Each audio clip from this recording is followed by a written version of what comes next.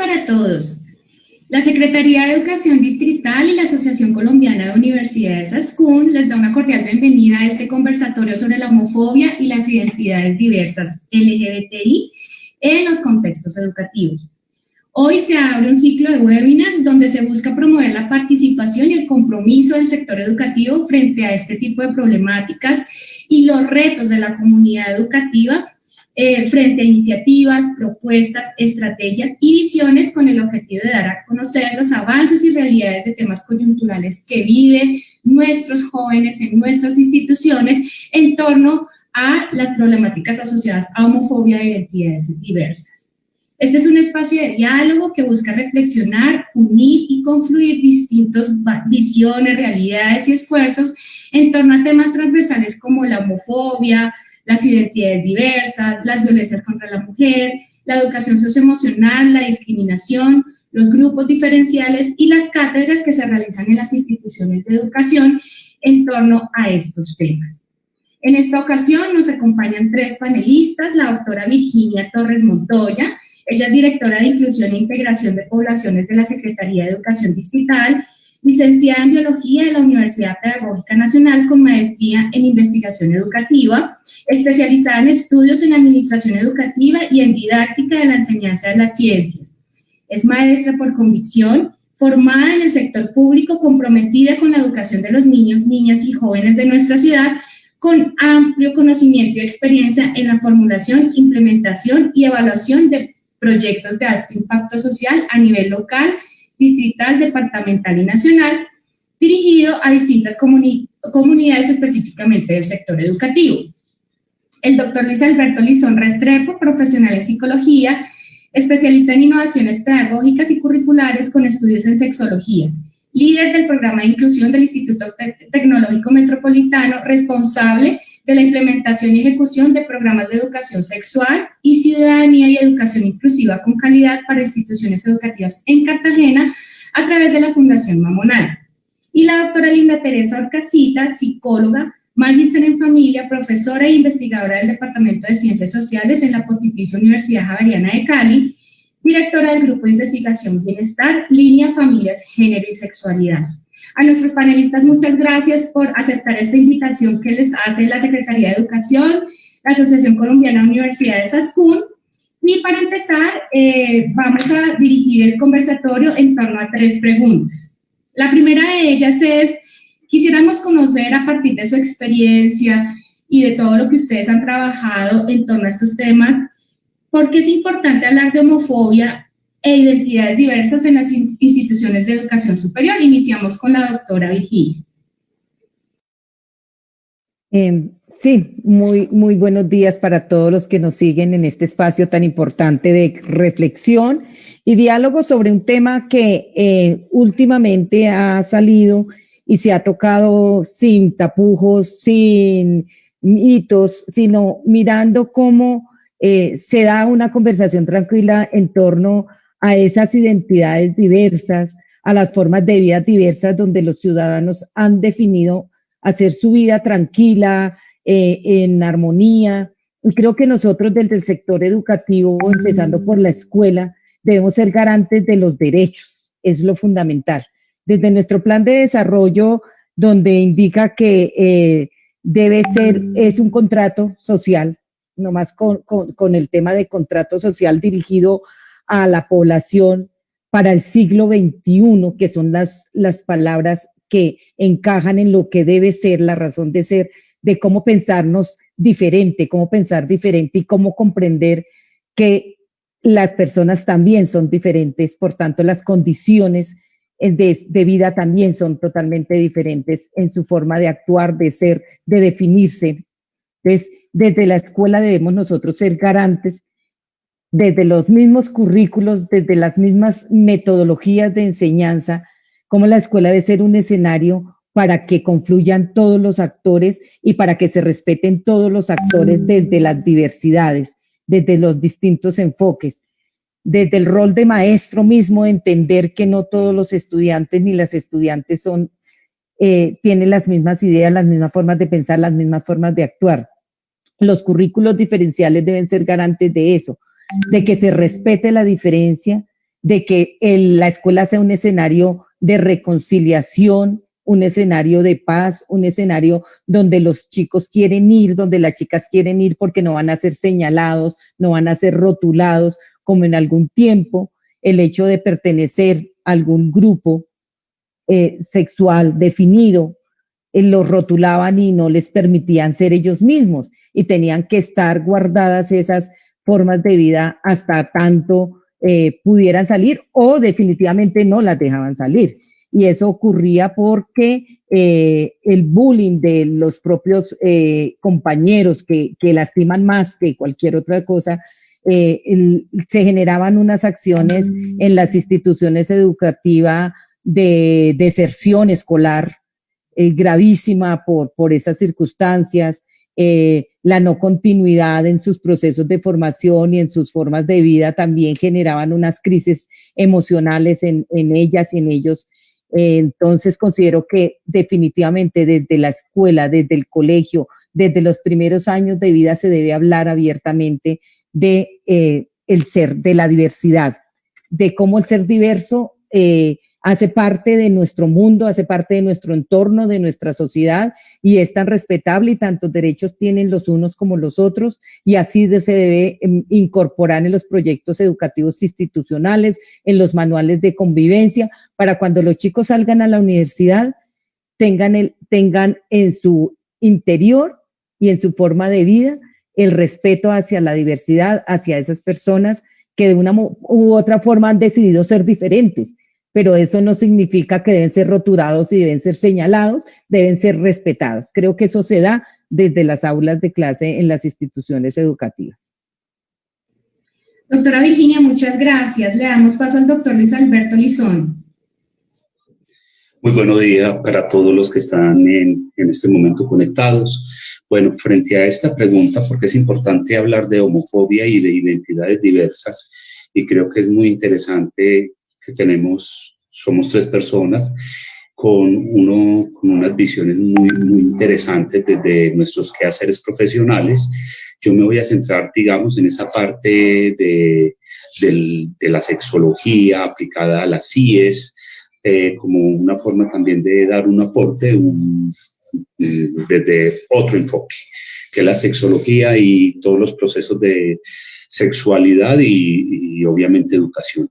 Yo considero que es importantísimo, primero que todo, porque quizás fue de las primeras cosas que yo aprendí cuando estaba en sexología, es lo que no se habla no existe.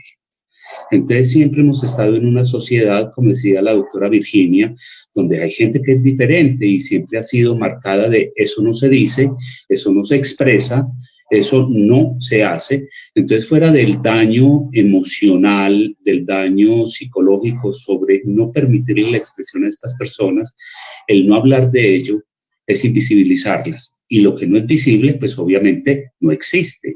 Entonces, lo primero que hay que hacer es hablarlo, decir, existe, hay diversidad, o sea, igual que hay una deriva genética, hay una deriva de géneros. Inclusive hoy en día nosotros estamos en términos de hablar de diversidad de géneros distinto a diversidad sexual, porque las diversidades sexuales van más hacia las orientaciones sexuales, mientras que las diversidades de géneros van más orientadas a las expresiones que cada uno de nosotros está en su derecho de vivenciar. Entonces, lo primero, hay que hablar de estos temas para visibilizarlos, porque solo a través de la visibilización de los mismos podemos empezar a trabajar algo que es vital e importante en los sistemas educativos, y es la deconstrucción de los imaginarios. Alrededor de la homosexualidad, que es un elemento que genera la homofobia, nosotros vemos que hay una tonelada de imaginario respecto a que las personas homosexuales o que tienen una diversidad de expresión de género siempre son tildadas como los malos, los perversos, los degenerados, los que están en pecado, etcétera, etcétera. Y lógicamente, cuando yo empiezo a manejar estos imaginarios, cada vez que me encuentro con una persona con estas condiciones, lógicamente, pues esas personas ya de entrada van a recibir un rechazo muchas veces por miedo, por temor a lo desconocido, porque yo no sé quién es esa persona. Entonces, lógicamente, ante ese temor a lo desconocido, mi respuesta inmediata, ¿cuál es? Contigo no me meto, contigo yo no quiero nada, tú perteneces a lo malo, ¿no? Y lógicamente, si yo no puedo deconstruir esos imaginarios, voy a seguir reforzando esas microagresiones a las cuales se encuentran todas estas personas. Y entonces, para la persona que es homofóbica, lógicamente está sintiendo que se le está reforzando, que ella es la que tiene la razón. Entonces, cada vez que yo me expreso en términos violentos, en términos de burla, en términos agresivos, estoy reforzando esas conductas en los homofóbicos, porque además no solamente tiene su imaginario, sino que fuera de eso, pues el resto del entorno social le está ayudando. Entonces, pienso que hay que naturalizar las microagresiones, eso no es natural. Y esto pues creo que todos lo sabremos, esto incluye hasta los piropos contra las mujeres, y digo contra las mujeres porque hemos naturalizado en nuestra cultura que a una mujer se le puede decir cualquier cosa y lo debe asumir como algo encantador. Eso es una microagresión. Entonces, para todas estas formas de expresión, obviamente, si yo deconstruyo esos imaginarios, ayuda a minimizar las microagresiones. Y solamente así podemos llegar a unas prácticas equitativas, con un buen enfoque diferencial, con un buen enfoque de género, y podemos hacer de verdad un buen tránsito, no solo en los currículos, sino en los entornos de las instituciones. Doctor Luis Alberto, muchas gracias. Doctora Linda Teresa, adelante. Bueno, primero que todo, muchas gracias por la invitación, a ASCUN, a la Secretaría de Educación, por pensarse estos espacios. Yo creo que esa es la clave fundamental, y es que más que el sector educación se esté pensando y repensando las formas como hemos construido y también cómo debemos de construirnos. Creo que eso es algo importante, y justamente el por qué hablar del tema, por qué hablar de homofobia, por qué hablar de diversidad. Pues la primera razón es porque es algo transversal al ser humano. Somos diversos en todo, en creencias, en actitudes, en pensamientos, en sentimientos, y en la medida en que podamos entender esa pluralidad y esa diversidad, pues vamos a poder reconocernos en esos ejercicios de convivencia. La segunda razón fundamental, aparte de entender la diversidad humana, es poder mitigar esos impactos en la salud mental. Las estadísticas no mienten, y claramente se ve reflejado todas las situaciones de violencia, de discriminación, de acoso, de prejuicio en la que conviven gran parte de nuestra población. Y es justo la dificultad que se tiene para aceptar la diferencia y reconocer y convivir desde allí. Entonces, a nivel de la salud mental, claramente hay muchos efectos, no solo a corto, mediano, sino también a largo plazo. Estamos trabajando justamente para que desde ese sector educativo, que es tan importante porque es el segundo escenario de socialización, podamos abrir estos imaginarios que justamente han interferido mucho en estos procesos de acompañamiento y aceptación.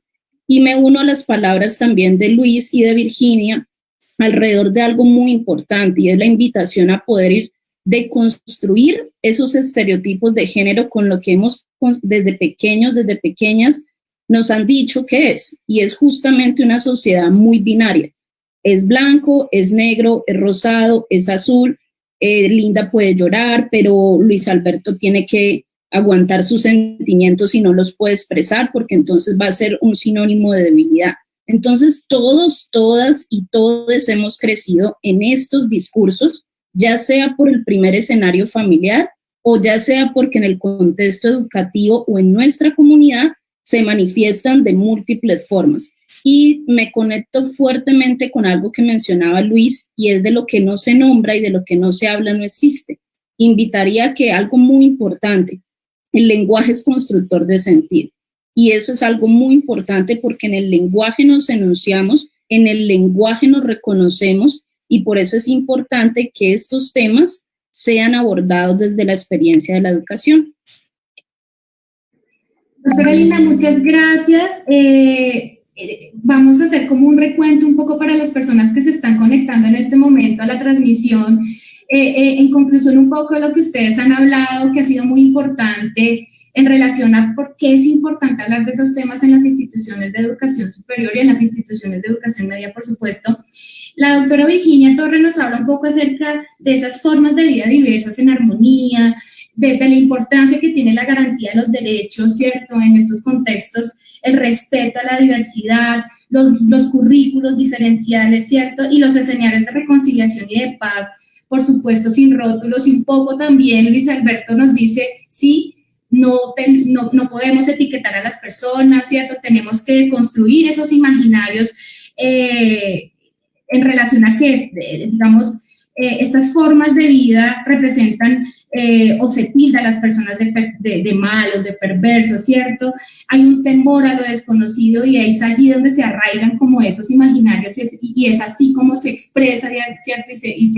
Y empieza, digamos, a emerger este tema de la homofobia.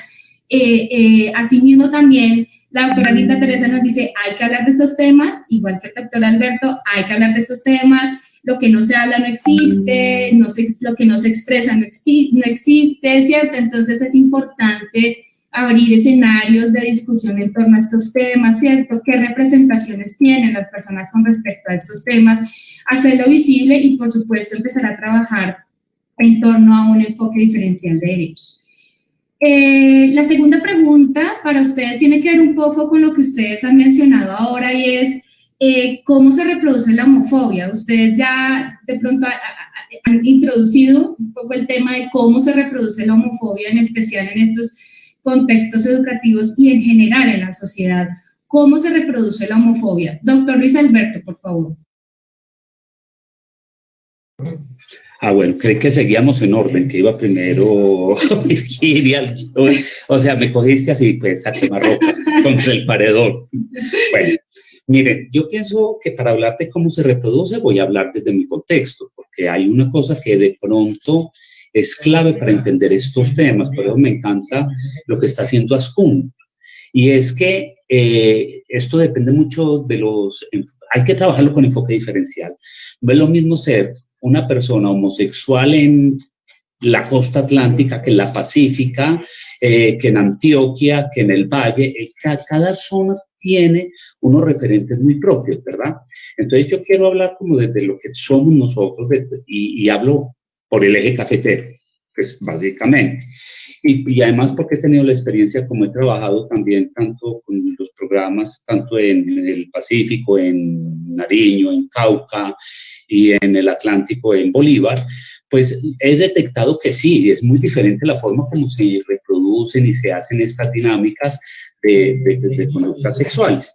Miren, hay una cosa que es fundamental y me atrevería a decir que es Colombia entera y Latinoamérica entera, que ahora Linda lo mencionaba, los sistemas patriarcales y autoritarios. Somos una sociedad exclusivamente heterosexista y somos binarios, hombre-mujer. Es más, nos llevan mucho más allá, hombre-mujer, casarse, tener hijos. Uno ve a veces que llega una pareja y le preguntan, ¿cuánto llevan de casado? 8 años. ¿Cuántos niños? No tenemos hijos, como hay que no tienen hijos. O sea, es obligatorio, de obligatorio cumplimiento hacerlo. Entonces yo pienso que ese sistema patriarcal, heterosexista, claro, todo lo que se salga de ese sistema patriarcal empieza a ser rechazado y condenado. Y obviamente eso va generando fobias. Aquí estamos hablando de homofobias, pero hay de todo, transfobia, lesbofobia, bueno, todo lo que ustedes quieran en fobias existen, y más en nuestra sociedad que desgraciadamente ha sido educada más en unos tecnicismos que para un desarrollo humano integral. Lógicamente eso nos afecta. Un elemento que también afecta muchísimo son los sistemas religiosos, pues metiéndome en un campo un poco delicado, pero es un hecho que si lo tomamos históricamente y desde las dinámicas sociales es real. Colombia es un país eminentemente católico y todos sabemos que hay unos indicadores, que hay, digamos, unos conceptos muy claros sobre hombre, mujer y reproducción, ¿verdad? Porque se niega hasta el derecho al placer. Lógicamente, una persona que no cumple con estos elementos, ya sea por su categoría de orientación sexual, ya sea por su categoría de género, va a ser signada como por fuera del sistema. Entonces vamos mezclando una cultura bien heteronormativa frente a unos sistemas religiosos muy arraigados. Pues todo el eje cafetero es un sistema religioso supremamente arraigado, ¿no? Va a ayudar. Y obviamente cada sociedad empieza a manejar lo que yo denomino los segmentos homofóbicos. Y pienso que ahí tenemos un gran, pero un gran campo para hacer buenas intervenciones, buenas investigaciones. Cuando yo me refiero a los segmentos homofóbicos, es que la homofobia no es igual. La homofobia también nos va a mostrar como un continuo que va desde homofobias muy situacionales, donde aunque yo no soy homofóbico, me las tiro de homofóbico para evitar que el grupo me vaya a asignar de lo que no soy, ¿sí? Es muy típico en los adolescentes a veces, gozarse al compañero o compañera homosexual, pero que lo hacen más como desde tengo que estar unido al grupo, hasta el otro extremo donde vemos los crímenes de odio. Entonces, en todo ese digamos, recorrido, podemos hablar de segmentos homofóbicos. ¿Y cómo se crean esos segmentos? Se crean porque la sociedad de una u otra manera va fomentando, va modelando y hasta va creando estilos de homofobia. Y lógicamente eso va haciendo unos imaginarios muy basados en diferentes prejuicios. Con esto que estoy diciendo, y pongo un ejemplo, ¿no? No es lo mismo que usted sea una persona homosexual en X entorno, con X nivel educativo, donde inclusive hasta se considera que tener amigos homosexuales es cool, es light, es chévere, es lo mejor de lo mejor, porque eso le implica a usted hasta un refuerzo social. Mire cómo soy yo, soy open mind, a otros entornos donde usted es homosexual, está en una sociedad machista, cerrada, binaria, y donde obviamente hay todo un control socio-religioso que dice eso es tabú y eso es pecado. Entonces, la homofobia empieza, por eso uno ve desde cosas como la microagresión hasta el crimen de odio. Y hay un punto, hablo obviamente desde la sexología, hay un punto que es vital, y es que la homofobia, fuera de los imaginarios, fuera de estos idearios que se crean socialmente, es la mente del homofóbico, ¿sí?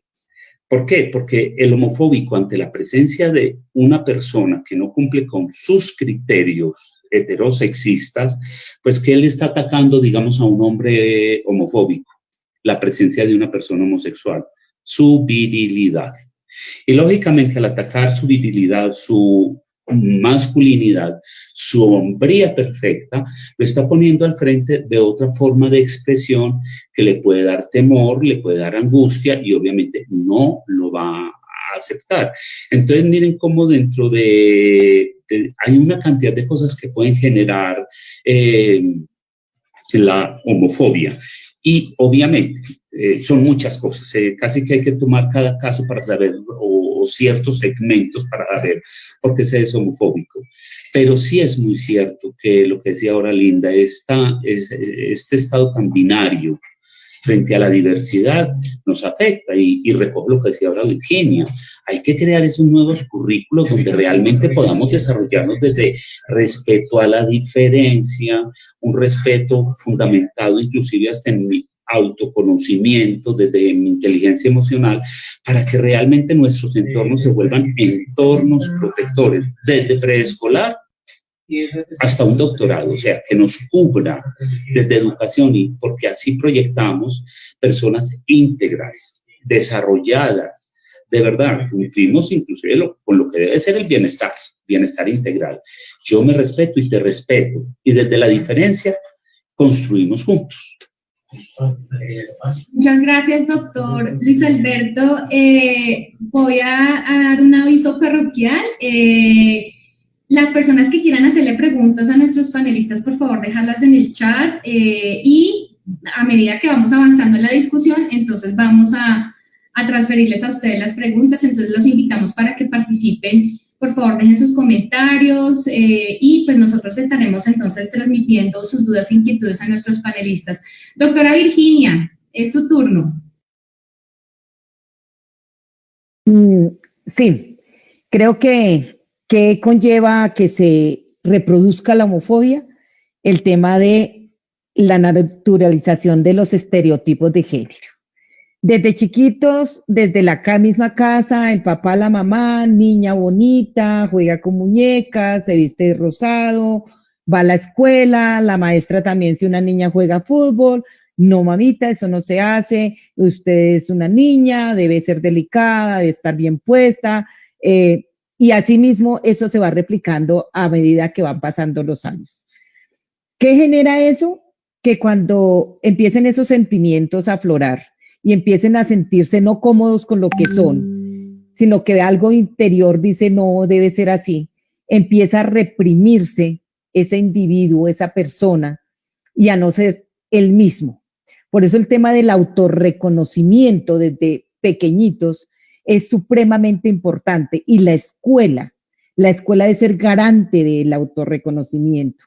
A medida que se habla abiertamente, a medida que se dan indicaciones abiertas, donde el currículo es posible que se dialogue en términos de la sexualidad de una manera tranquila, abierta, permite que los estudiantes y las estudiantes y los jóvenes, cuando lleguen a esas etapas de madurez, sean reconocidos, pero que ellos también se reconozcan y se acepten como son.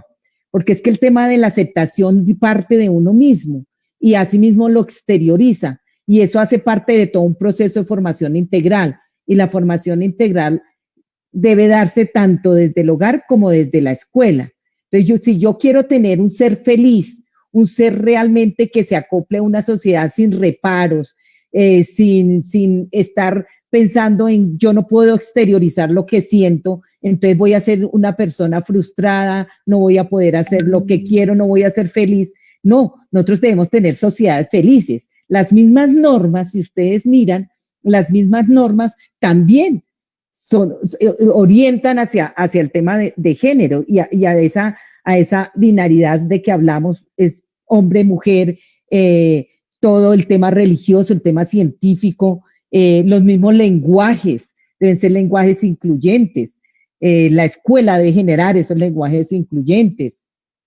Los mismos manuales de convivencia que deben garantizar la sana convivencia, la igualdad, el respeto a la diversidad, también deben ser orientados desde la normatividad para el respeto hacia el que no es igual, porque digamos, su misma forma de vida no le permite, y el que ha sido valiente y ha roto esos esquemas, esos estereotipos para enfrentarse a la sociedad, hoy podemos decir, hemos avanzado.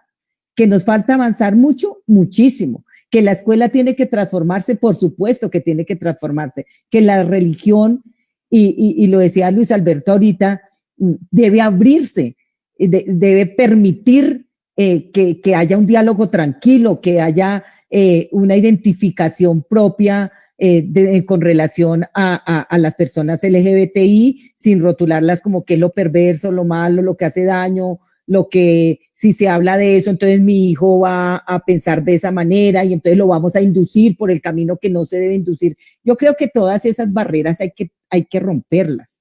Hay que ir cerrando las brechas entre lo que debe ser y a lo que es.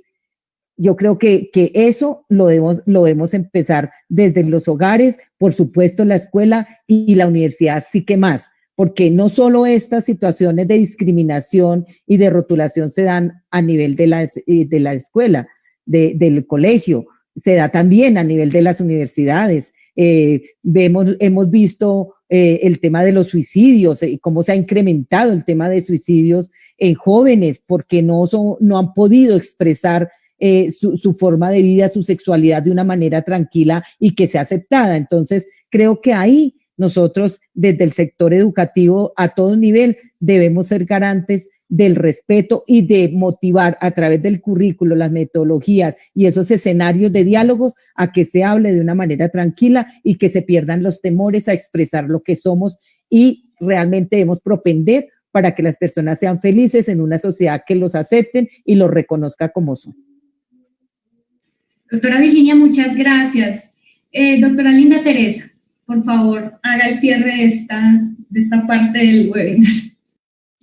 ¿Por qué reproducimos justamente estas situaciones de violencia, de discriminación a las personas que se autodenominan LGTBI? La primera razón de lo que hemos encontrado en nuestros estudios, hicimos una investigación en la ciudad de Cali con familias que tenían integrantes LGTBI y uno de los elementos principales es el conocimiento. Cuando uno no tiene información, cuando a mí desde pequeño, desde pequeña nunca me han hablado de estos temas, ¿qué voy a empezar a interiorizar? Lo que otros me dicen, lo que otras personas escucho, las reacciones de otras personas. Entonces, la primera tarea es poder tener información veraz, información científica. ¿Por qué? Porque si yo me baso solamente en lo que escuché, en lo que vi, en lo que me dijeron, en lo que el vecino, la vecina comentó, desde ahí ya estoy creando muchísimas barreras que me van a impedir una comprensión genuina de cómo vive la comunidad y cómo vive esa realidad desde diferentes escenarios. Entonces, esa es una primera tarea que tenemos urgente y es poder seguir generando estos espacios, que muchas personas puedan acceder al conocimiento, y hablo de todos los entornos socioeconómicos, porque es muy triste y es la realidad, y es quién puede acceder al conocimiento científico. No es lo mismo estar en un aula privilegiada de clases, donde yo puedo acceder a una educación de calidad, a que no tenga la posibilidad de acceder a esos espacios. Por eso felicito la iniciativa de ASCUN y la felicito porque pienso que necesitamos que esto se escuche más, que se haga más eco para que ese conocimiento se vaya interiorizando en todos los niveles y en todas las poblaciones. Y algo muy importante, en todas las edades. Yo pensaría, y lo digo más en función de un semillero que tenemos en Javeriana Cali, que se llama Conversemos sobre Sexualidad, que esta generación ya esto lo está teniendo claro. Pero tenemos que hacer mucho trabajo en adultez intermedia y en adultez mayor. Necesitamos todavía trabajar allí porque allí es donde es más difícil poder deconstruir algo que históricamente te enseñaron. Entonces esa es una de las segundas tareas urgentes. Y otro elemento que hace que nosotros reproduzcamos estas situaciones es el temor a lo diferente, el temor a lo distinto. Pensemos un ratico cuando alguien le dice, usted va a cambiar de trabajo, usted va a tener una clase nueva, usted va a tener que salir del país. ¿Qué es lo que hace que a nosotros la diferencia nos genere justamente como ese miedo, esa angustia? Pues tiene que ver con la incertidumbre, el no saber sobre eso. Y allí tenemos esa otra tercera tarea, poder comprender qué es lo que lleva finalmente a estos miedos o a estos comportamientos de rechazo, pero que se gestan en esa incertidumbre del desconocimiento. Entonces, eso es algo muy importante y es importante porque no podemos juzgar también solo a quien rechaza, sino le invitamos justamente a comprender y ampliar esa perspectiva que tiene sobre la realidad. Si nuevamente llegamos a este escenario y volvemos a polarizar, no estamos haciendo nada. Es importante que yo me pueda sentar con un sacerdote, con un pastor, con alguien no creyente, es decir, con cualquier persona para decir, bueno, ¿cuál es la finalidad de esto? La finalidad son los procesos de convivencia, poder vivir en armonía, poder salir a la calle sin pensar que mañana me van a asesinar porque soy lesbiana o porque mañana va a pasar que llegue al colegio y los niños me hagan alguna situación de exclusión por el hecho de que mi expresión de género no es hegemónica, no es lo que todo el mundo hace. Entonces eso es como la invitación y creería yo que el trabajo a nivel de los prejuicios sexuales es una tarea inmediata. Trabajar desde allí, por eso la mejor herramienta es la educación, porque la educación moviliza, la educación transforma, pero ojo, no una educación magistral, donde yo me paro aquí a decir conceptos, porque con conceptos no es suficiente. Tenemos que trabajar metodologías experienciales, donde yo pueda a través de casos, a través de situaciones, poder ir repensando esa manera en cómo yo legitimo esa realidad. Y eso no es fácil, porque si a mí 20 años me han dicho, usted tiene que creer en esto, o 30 años o 50 años, y mañana me dicen, usted no puede creer en eso, Linda. Usted tiene que creer en algo distinto y tiene que entender que hay otras formas. Eso requiere tiempo. Esa sería como la invitación. Bueno, a ustedes muchas gracias. Quiero darle un especial agradecimiento a las más de 100 personas que están conectadas en este momento a través de Facebook Live, a través de las redes sociales de ASCUN y la Secretaría de Educación. Y los invitamos a que por favor dejen sus comentarios allí desde donde están conectados. Voy a leer algunos comentarios que nos han dejado en nuestras redes. Lucy Gladys dice, el respeto es clave. Entre más teorías e intentos por implementar cátedras en este orden, mayor será la división y el incremento de discriminación en todo orden. Y cuestiona el por qué ahora se incrementan tantas divisiones y tanta intolerancia. José Luis Gómez, para apoyar los procesos escolares, manejar los riesgos psicosociales y para rogarles a los padres que cumplan con sus hijos. También están para formar en sexualidad y ciudadanía. Y un poco en resumen de lo que hemos hablado hasta ahora, orientando un poco hacia la pregunta de por qué se reproduce la homofobia. Bueno, nuestros panelistas han hablado acerca de, bueno, estos sistemas patriarcales autoritarios que emergen, ¿cierto?, desde la casa, por supuesto en los contextos sociales, el heterosexismo. Nos habla el doctor Luis Alberto acerca de segmentos homofóbicos, ¿no? Hay homofobias muy particulares, pero también hay homofobias que durante ese transcurso se vuelven en crímenes de odio, ¿cierto? La doctora Linda Teresa nos habla acerca de la importancia de la información veraz y científica, de acudir al conocimiento científico, de hablar de estos temas, del temor a lo diferente, a lo distinto, de convivir, de compartir y de vivir en armonía. Estos temas hay que discutirlos, hay que hablarlos, hay que tener una apertura mucho más amplia en el sector educativo, en nuestra casa, en la familia. Y hay que trabajar desde esos prejuicios sexuales que hay, ¿cierto?, en nuestra sociedad. Y la doctora Virginia pues también nos invita un poco también a abordar estos temas desde el currículo, desde la escuela, desde la universidad, ¿cierto?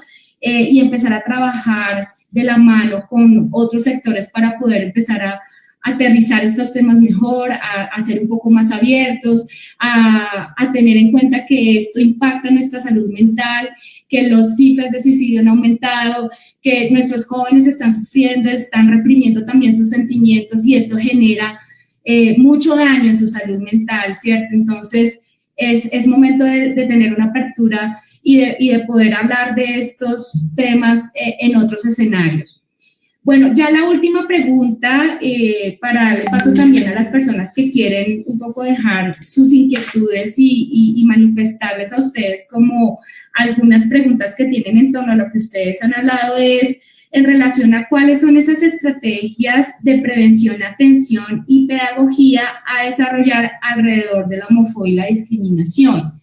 Y este es un tema muy importante además porque muchas instituciones de educación están trabajando en sus políticas, en sus protocolos, ¿cierto?, en sus lineamientos, para poder abordar estos temas. Entonces, quiero darle la palabra a Linda Teresa para que, por favor, nos ilustre en este tema. Bueno, pues gracias, Ana, por la pregunta. Yo creo que esa es la gran pregunta. ¿Qué estamos haciendo? ¿Para qué lo estamos haciendo? Porque a veces uno dice, bueno, esto a veces se queda muy en el discurso, pero ¿dónde está lo aplicado? ¿Dónde están esas acciones afirmativas desde los diferentes lugares? Yo creo que algo muy importante y es qué estamos haciendo desde ese metro cuadrado de cada uno, de cada una, de cada une en los espacios en que interactúa. ¿Qué estamos haciendo? Desde la Universidad Javeriana, Cali, específicamente el grupo de investigación Vitacus y el semillero Conversés, estamos trabajando varias estrategias. Primero, tenemos justamente en este momento un acompañamiento desde el Ministerio de Educación en ser IES libres de violencias de género y discriminación. Y algo muy importante es que la Universidad Javeriana Bogotá y Cali tienen un protocolo justamente para la atención, acompañamiento y prevención de todas las violencias que pueden existir al interior de la universidad. No es suficiente solo con dar una conferencia, un evento, pero también hay que tener políticas transversales en las instituciones. Si no hay políticas, no van a haber mecanismos para la garantía de los derechos. Y los derechos, pues, es de todos. Entonces, algo muy importante tenemos de iniciativa son estos dos elementos. Otra tercera estrategia que tenemos es un semillero de investigación.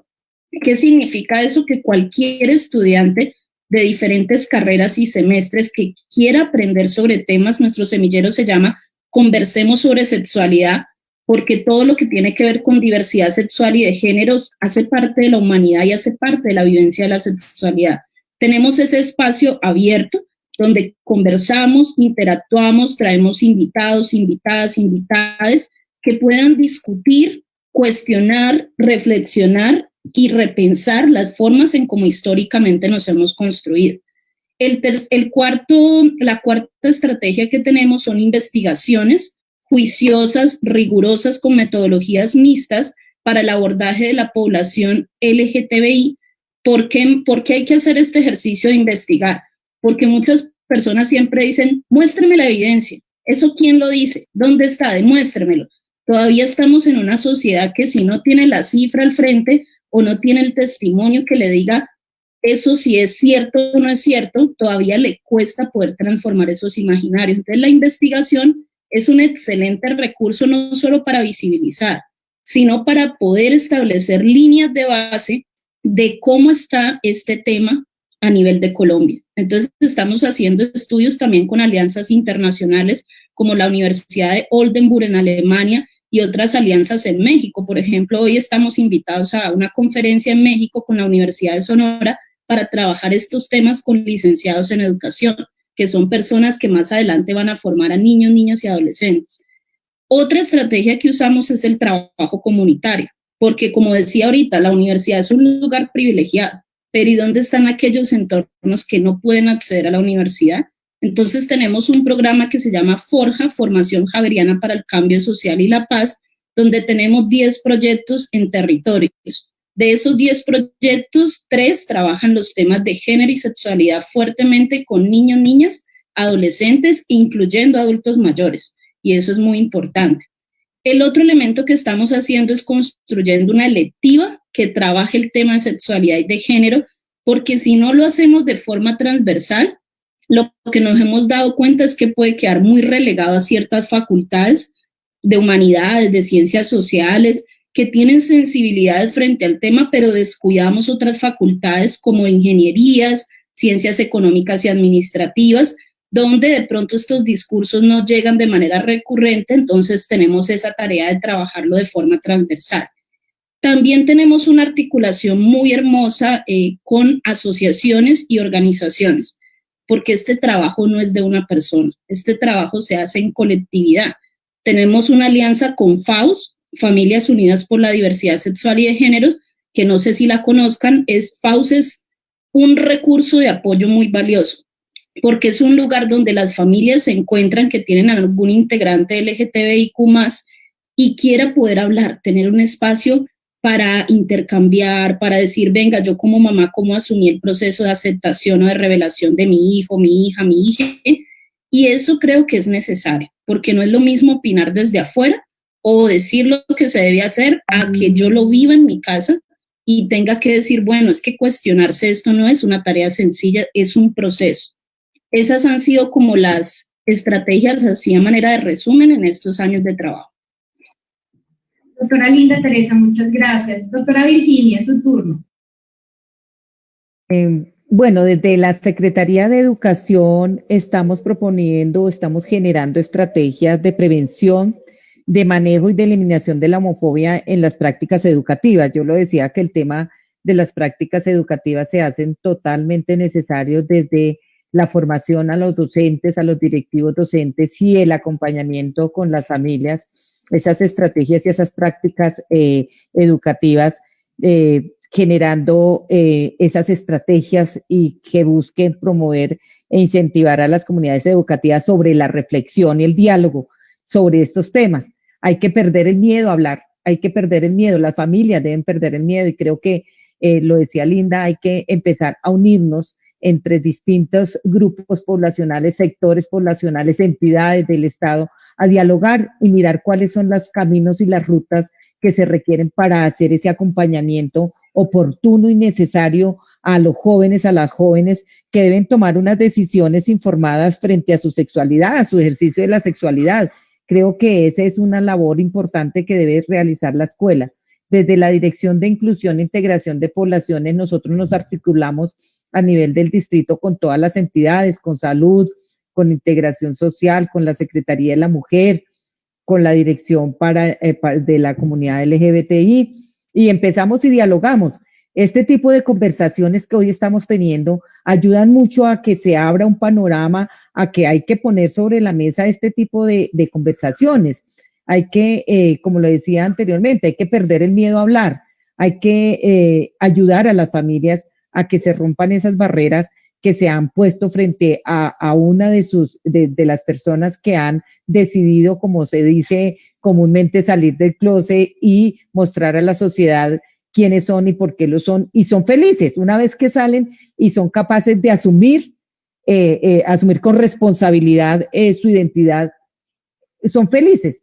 Entonces, yo tengo un caso muy hermoso en la dirección de un maestro que durante todo el tiempo de su permanencia en el distrito ocultó su forma de vida real. Entonces, por miedo, por pánico, no solo el tema familiar, sino el tema laboral, gravísimo. Después de que se pensionó, después de 55 años, porque nosotros somos régimen especial, decidió abrirse y ser ella. Pero entonces, claro, fue todavía más trágico para ella hoy poder enfrentar una realidad después de tantos años y el rechazo, ¿no? El rechazo no solo de su familia, sino de los mismos compañeros y de la misma sociedad que lo rodeó a él durante tanto tiempo. Entonces yo le decía, bueno, ¿y por qué no cambia? ¿Por qué no hace el cambio ya total y absoluto de nombre ante la registraduría? Eso ya se puede hacer. Y me decía, no, yo no puedo ya hacerlo. ¿Y por qué no lo puede hacer?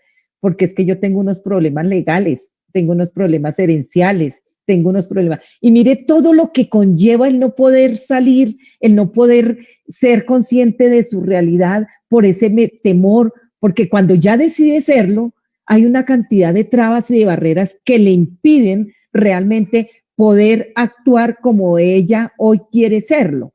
Entonces, estamos en un proceso hermoso de acogida y de identidad y de reconocimiento, y que pueda hablar en estos espacios sin ya temor alguno, y que pueda poner sobre el diálogo su experiencia, porque lo decía Linda, el que lo vive es el que lo puede decir, lo que ha sufrido, lo que ha vivido, los rechazos, todas esas formas de vida que le tocó asumir porque no fue posible asumir con responsabilidad su identidad. Entonces creo que, o el ejercicio de su sexualidad, como quiera reconocerlo. Entonces yo sí creo que es importante que desde la escuela logremos hacer esas estrategias de prevención, de promoción y de acompañamiento, porque de eso depende el futuro de ese ser humano o de esos seres humanos, pero además ayudar a la familia a que asuman ese acompañamiento también importante para estas personas, porque es que ahí es donde se requiere más el acompañamiento emocional, el cariño, la guía, la tranquilidad. Creo que son los espacios que requerimos que todos nos unamos para que todas las entidades que tenemos esa responsabilidad de acompañar lo hagamos de la mejor manera, que diseñemos esas rutas reales, precisas, oportunas y a tiempo. A mí me angustia el tiempo, que se nos pueda salir de las manos el ayudar a una persona y que cuando ya no haya remedio nos lamentemos de no haberlo podido hacer. Entonces yo sí creo que la escuela, la universidad deben ser esos escenarios de generar esas estrategias para poder ayudar a que este tipo de temas salgan a la luz pública, se traten de la mejor manera y se rompan esas barreras que se han puesto para que las personas puedan ser íntegras y felices y que puedan realizarse como seres humanos como realmente corresponde. Doctora Virginia, muchas gracias. Ya le damos paso al doctor Luis Alberto para cerrar nuestro ciclo de preguntas y poder transmitirles a ustedes las inquietudes de las personas que están conectadas con nosotros. Bueno, en cuanto a esta pregunta, ¿qué estrategias tenemos? Primero que todo, el ITM, Instituto Tecnológico Metropolitano de Medellín, es una institución que pertenece al municipio de Medellín. Es de carácter eminentemente tecnológico, ¿sí? Y pues obvio también tenemos pues las profesiones, las maestrías, etcétera, pero el asunto más importante es que estoy hablándoles de 25.600 estudiantes. Entonces tenemos un microcosmos dentro de nuestra institución. A partir de eso, y hace 10 años empezamos con el programa de inclusión. El programa de inclusión fue derivando a un programa de inclusión y diversidad. Y dentro de ese programa, que contamos con la política, contamos con nuestras resoluciones para todo lo que hay que hacer, iniciamos el trabajo precisamente de diversidad de género y no violencia a la diversidad. Se los sintetizo rápidamente. Básicamente nosotros tenemos una serie de campañas que son muy de estilo de campañas muy vivenciales, ¿sí? No es colocar una ficha, un ICARE, es trabajar con las comunidades.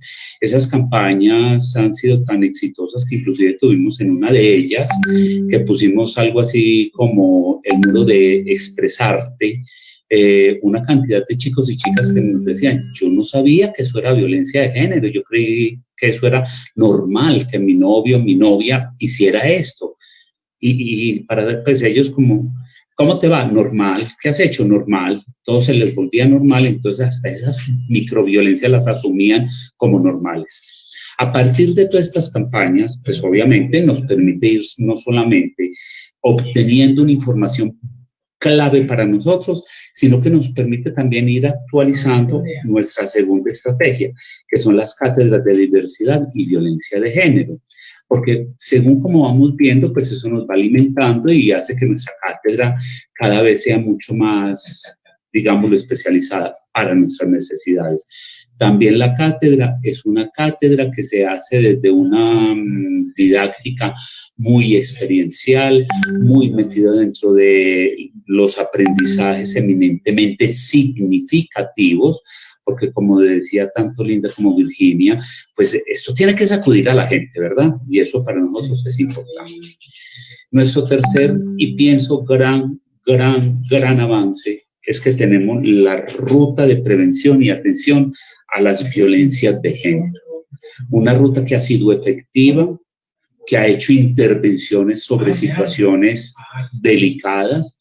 Yo no desconozco, y creo que ninguna institución tiene por qué desconocer, que se le pueden presentar situaciones de abusos, de acosos, etcétera, etcétera, etcétera, porque volvemos a lo mismo, si yo no lo veo, si yo no hablo de eso, el abuso continúa y ha sido de alto impacto, porque además no es la típica ruta policiva de venga, lo castigo, sino a ver qué está pasando.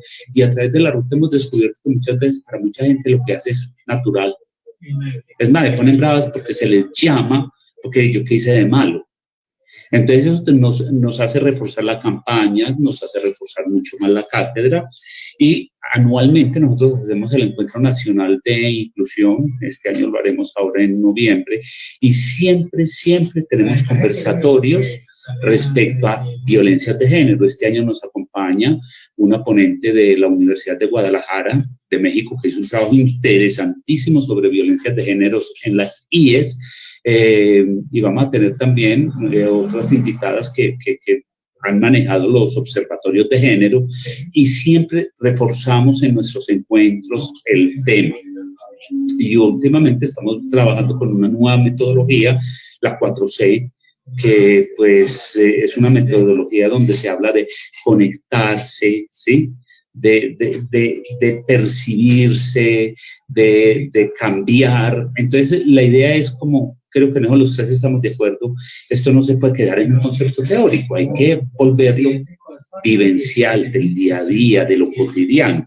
Y pues también trabajamos sobre decir con redes y trabajamos también con nuestras mesas municipales, o sea, la de la Secretaría de las Mujeres, la de Secretaría de Inclusión, Secretaría de Salud, y todo esto nos ha llevado a generar un entorno muy protector y es muy lindo, porque es muy lindo cuando uno empieza a ver a los docentes, como decía Virginia ahora, su caso tan específico, ver docentes como tener nosotros una docente que lo primero que nos pidió fue el favor de que en las listas de asistencia a clase no le pusiéramos su antiguo nombre de hombre, sino su actual nombre de mujer. Y es muy lindo ver cómo una institución dice, sí, está bien, sí, no le vemos ningún problema. Entonces, eso para mí es un indicador que sí hemos avanzado, ¿no? Y no tenemos una, tenemos 3 docentes. Y aquí hay algo muy importante.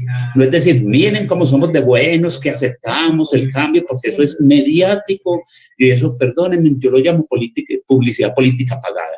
Es que a usted no tienen por qué empezarle por decir como lo que pasó en el Valle, cuando matan a una mujer, porque pasa un retén militar y la noticia sale es que mataron fue a una transexual. Eso no puede seguir siendo así. Mataron a una persona. Y eso es importante. Entonces, en este momento, nuestro gran trabajo está centrándose y este año le estamos dando muy duro a ese tema y más ahora que estamos en esta época de pandemias. No siga asignando, es que esto no se trata si usted es hetero, homo, bi, si es trans, si es Q, si es R, si es Z, si es WY, lo que a usted le venga en gana, desde que respete los entornos, tanto el suyo como el de los otros, y veámonos como personas que tenemos que aportar. Y ese ha sido nuestro trabajo y pues pienso que vamos por buen camino hasta el día de hoy. Esa ha sido nuestra experiencia. Gracias, doctor Luis Alberto. Tenemos entendido que usted nos puede acompañar hasta las 10 de la mañana, lamentablemente. Lamentablemente, porque debo entrar ya a otra reunión. Y le agradezco mucho poder compartir con nosotros esta experiencia tan bonita, poder participar en este evento. Le deseo un feliz día. Muchas gracias. A ti, Ana María, muchas gracias por la invitación y un placer haber conocido a Virginia y a Linda. Esperamos seguir en contacto para lo que podamos hacer. Y como dicen, aquí a la orden cuando nos dejen salir. Muchas gracias, doctora. Que estén muy bien, un feliz día, hasta luego. Bueno, gracias a la doctora Virginia, a la doctora Linda, les pido el favor que nos acompañen para este espacio de preguntas. Antes quiero dejar algunos comentarios que nos han dejado los participantes en este evento. Mariela Alfonso Amaya: se debe implementar esta educación desde la casa a cada uno de nuestros hijos. Elvia María Arango Mejía: la familia y las instituciones educativas unidas lograrán transformar imaginarios sobre la diversidad sexual.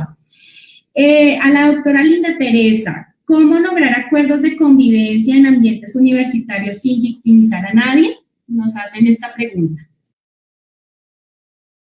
Bueno, creo que la forma de poder lograrlo, es decir, de poder establecer acuerdos de convivencia, es primero reconocernos como institución, cuál es nuestra misión en términos de no solo la formación académica, sino también la formación humana. ¿Cuál es esa sociedad que se espera que nuestros egresados, nuestras egresadas puedan acompañar, independiente de la profesión en la que se encuentran, independiente del sistema de creencias, porque todos también somos libres de poder decidir en qué creer, pero sí deben existir esas políticas que reconozcan ese respeto de la diversidad humana, ya sea por términos étnicos, por temas socioeconómicos, ya sea por temas de mi orientación o mi identidad, pero que podamos convivir desde ese marco. Como les decía ahora, en la universidad generamos ese protocolo con una intención, y es la intención de poder convivir desde el respeto, desde la integración, pero también entender qué cosas estamos dispuestos a aprender nuevamente, porque yo creo que algo que tenemos, y más quienes ejercemos la docencia, es comprender que no sabemos todo, que hay mucho por explorar, que cada generación va a traer demandas distintas. Yo no puedo ser la profesora de la época en la que yo me formé, porque hace 10, 14, 12 años eran realidades distintas, generacionales, incluso de impactos emocionales, en las formas de aprender. Y una dificultad es que a veces queremos seguir manteniendo, digamos, como inicialmente o históricamente nos enseñaron qué era la educación. Entonces, ese es un ejercicio clave. La segunda estrategia que sugiero mucho ante esa pregunta es: invitemos a todas las voces a los espacios de construcción colectiva. Yo no puedo decir, es que no solo este espacio de la universidad debe dedicarse al tema, no, invitemos a todas las personas, hagamos públicas estas acciones afirmativas al interior de la institución, de tal manera que sumemos más y que aquella persona que tiene una posición distinta al menos tenga la posibilidad de escuchar y repensar. Como les decía, no es un trabajo fácil. Si les dijera que el trabajo es fácil, yo creo que ya tuviéramos la solución en todas las universidades ante los actos de violencia y discriminación. Pero sí podemos ir gestando y sembrando iniciativas donde esa polifonía de voces invite a deconstruir imaginarios que históricamente han estado. Gracias, doctora Linda Teresa. Angie Páez nos escribe: ¿cómo podemos empezar a capacitar a los maestros en las instituciones de educación para manejar estos temas? Es un mito hablar y respetar al otro. También pasa con la familia. ¿Cómo podemos hablar de ello? Doctora Virginia, no sé si puede respondernos la pregunta. Sí, es que tengo otro evento inmediatamente y me están ya llamando. Mire, tenemos que empezar todos a concientizarnos que hay una nueva realidad.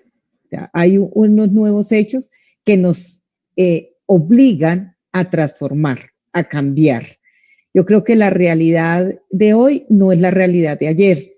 Los jóvenes de hoy no son los jóvenes de ayer. Nosotros mismos, los profesores, creo que hemos evolucionado también en las formas de enseñar, en las nuevas metodologías. Hemos innovado, tenemos que seguir innovando. La escuela debe ser dinámica y cambiante a medida que se presentan las situaciones. Desde la Secretaría de Educación de Bogotá hemos logrado hacer unas transformaciones importantes en relación a todos los temas de formación docentes, en todos los temas de articulación con las demás entidades que de una u otra forma llegan a la institución educativa. Hemos incorporado, creo que ahorita el tema del aislamiento, el tema de la pandemia, hay que verlo también de manera positiva para nosotros desde la escuela, porque hemos generado una sinergia con los padres de familia. Ya los padres de familia hoy están reconociendo que deben hacer parte de esos procesos de formación, que deben hacer parte de esos procesos de cambio y que los cambios se deben dar no solo al interior de la escuela, también al interior de los hogares. Creo que esto también debemos asumirlo también como todo un aprendizaje que hemos tenido que hacer nosotros y hemos tenido que avanzar mucho en cosas que no teníamos ni idea de cómo hacerlo, pero que hemos logrado salir adelante. Que hay muchas cosas por hacer, hay muchas cosas por hacer. Que hay diálogos que hay que seguir realizando, por supuesto que hay que seguirlos realizando. Este tipo de espacios donde podemos encontrarnos, yo creo que hay que darle oportunidad también a tener diálogos con las personas directamente involucradas.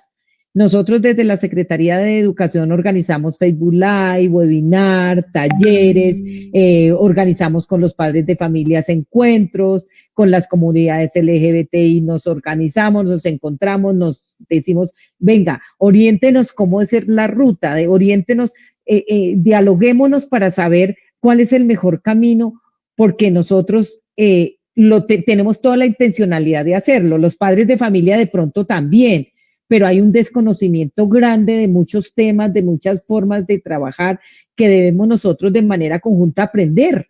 Todos estamos en unos procesos de aprendizaje, más en este momento. Yo creo que este es el momento donde ha transformado el mundo, donde nos ha transformado la vida a todos, porque hemos tenido que aprender a trabajar, pero también tenemos que en el mismo tiempo poder hacer mil cosas en el hogar, los niños en la casa, orientarles sus trabajos, sí, porque nos hemos puesto a ser multidimensionales en el quehacer. Entonces creo que esto debe empezar a resolverse desde todas las aristas, desde todos los campos, para lograr sacar adelante realmente unos temas tan importantes para el ser humano, para la persona, como es el tema de su sexualidad. Bueno, doctora Virginia, doctora Linda Teresa, muchísimas gracias por todos estos aportes, por su experiencia.